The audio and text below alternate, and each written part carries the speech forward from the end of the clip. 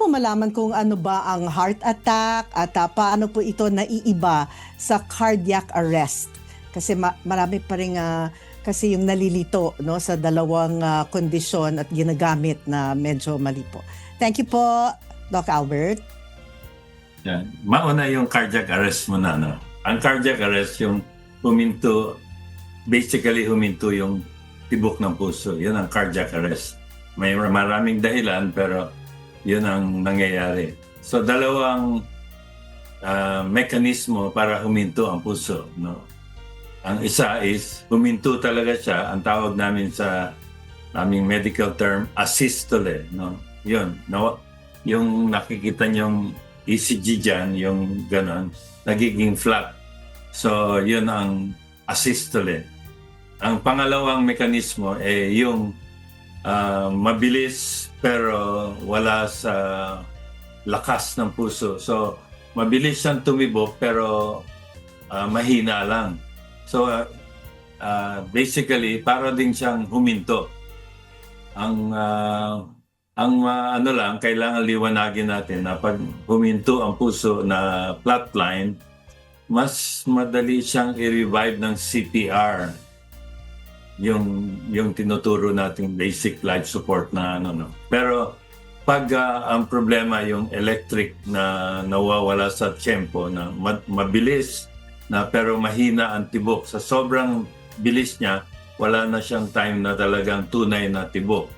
Ang tawag doon ventricular tachyarrhythmias, yun ay kaya mo lang i-revive sa pamamagitan ng electric shock. Yan.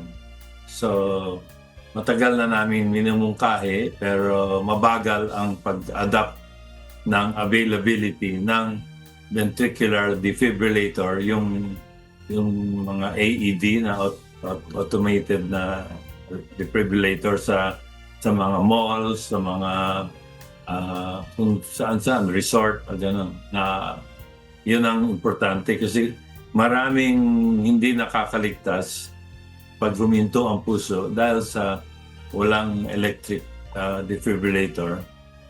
Yun namang asystole, yung humihinto talaga ang puso, hindi siya tumitibok talaga, mas kaya natin iligtas habang wala pa yung mga paramedics or assistance, pwede mong i-pump yung puso. Pero pag electric ang dahilan na hanggat hindi mo na-defibrillate or na-electric shock, maski anong bomba mo lang sa puso, walang mangyayari.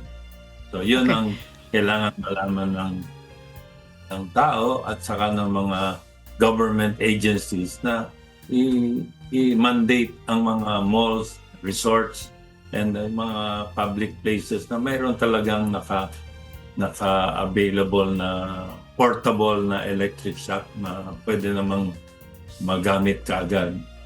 Doc, ang tanong ko ngayon, bakit nanatiling isa ang heart attack sa mga pangunahing sanhi ng pagkamatay sa Pilipinas? Kahit marami tayong alam tungkol sa heart disease, Doc. Ayan.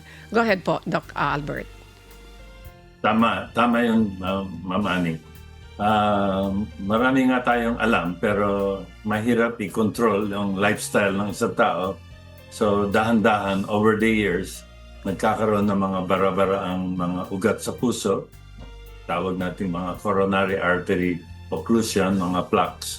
So, yan ay nag-aantay lang ng oras na para magkaroon ng heart attack.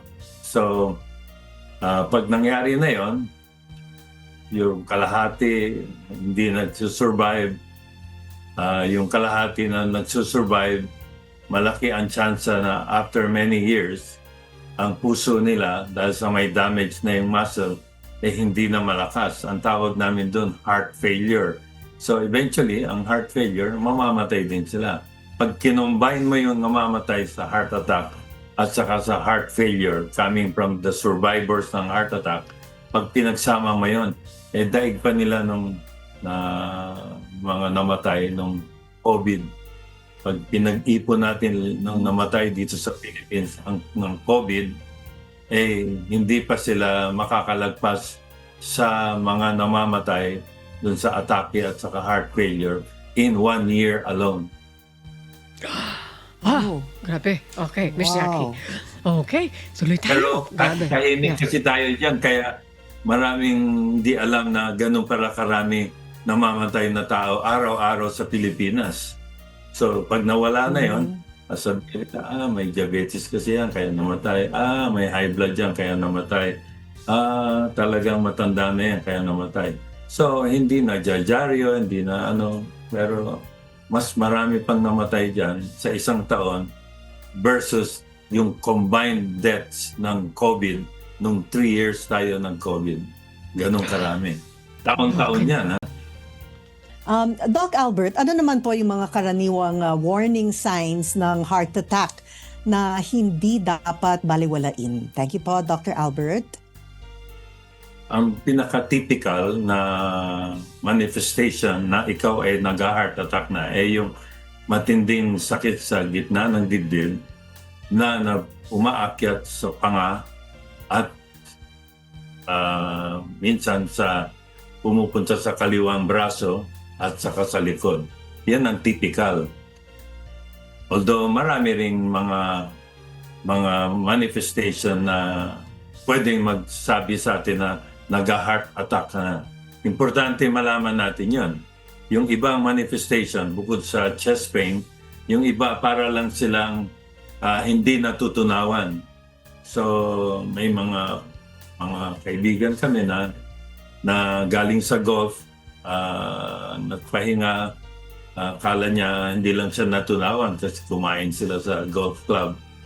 Tapos humiga sa kwarto niya, hindi na nakalabas sa kwarto. Yun, na heart attack na dun sa kwarto. Hindi ka agad na idala sa ospital kasi ang paniwala indigestion lang.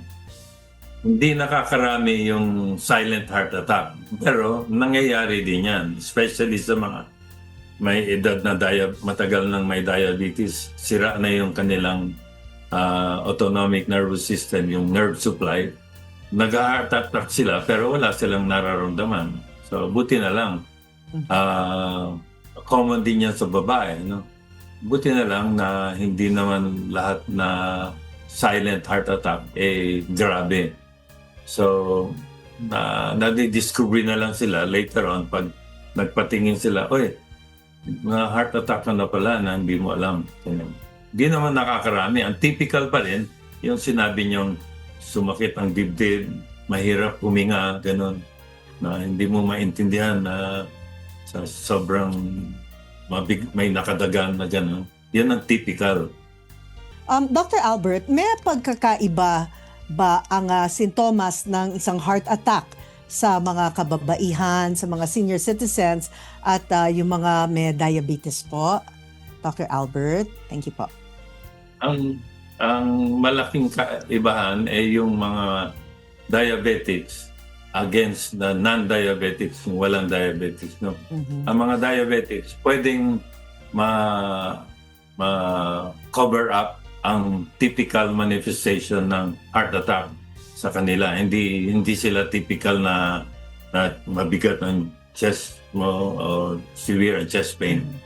Against mga non-diabetics, typical talaga. So yun ang bantayan natin. Pag ikaw ay diabetic, may mga naramdaman kang biglaan na kakaiba, pwede kang magsuspecha na heart attack ka na. So, tatakbo ka na humingi ka na ng tulong at daling sa ospital para makasiguro.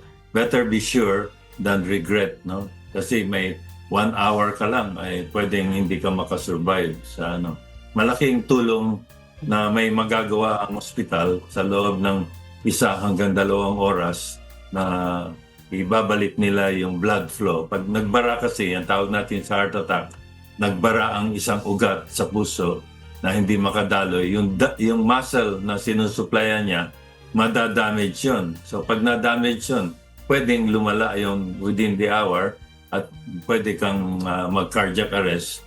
So kailangan magawa ng paraan sa ospital. Yun naman sa mga babae, versus lalaki, mas typical na chest pain ang mga lalaki kaysa sa babae. Although, nangyayari yan pag nagkakaedad na ang babae, doon hindi na masyadong typical yung manifestation niya. So pag basta biglaan na may naramdaman kang masama na hindi mo makita ang dahilan, magsuspetsa ka na pwede nag-heart attack na.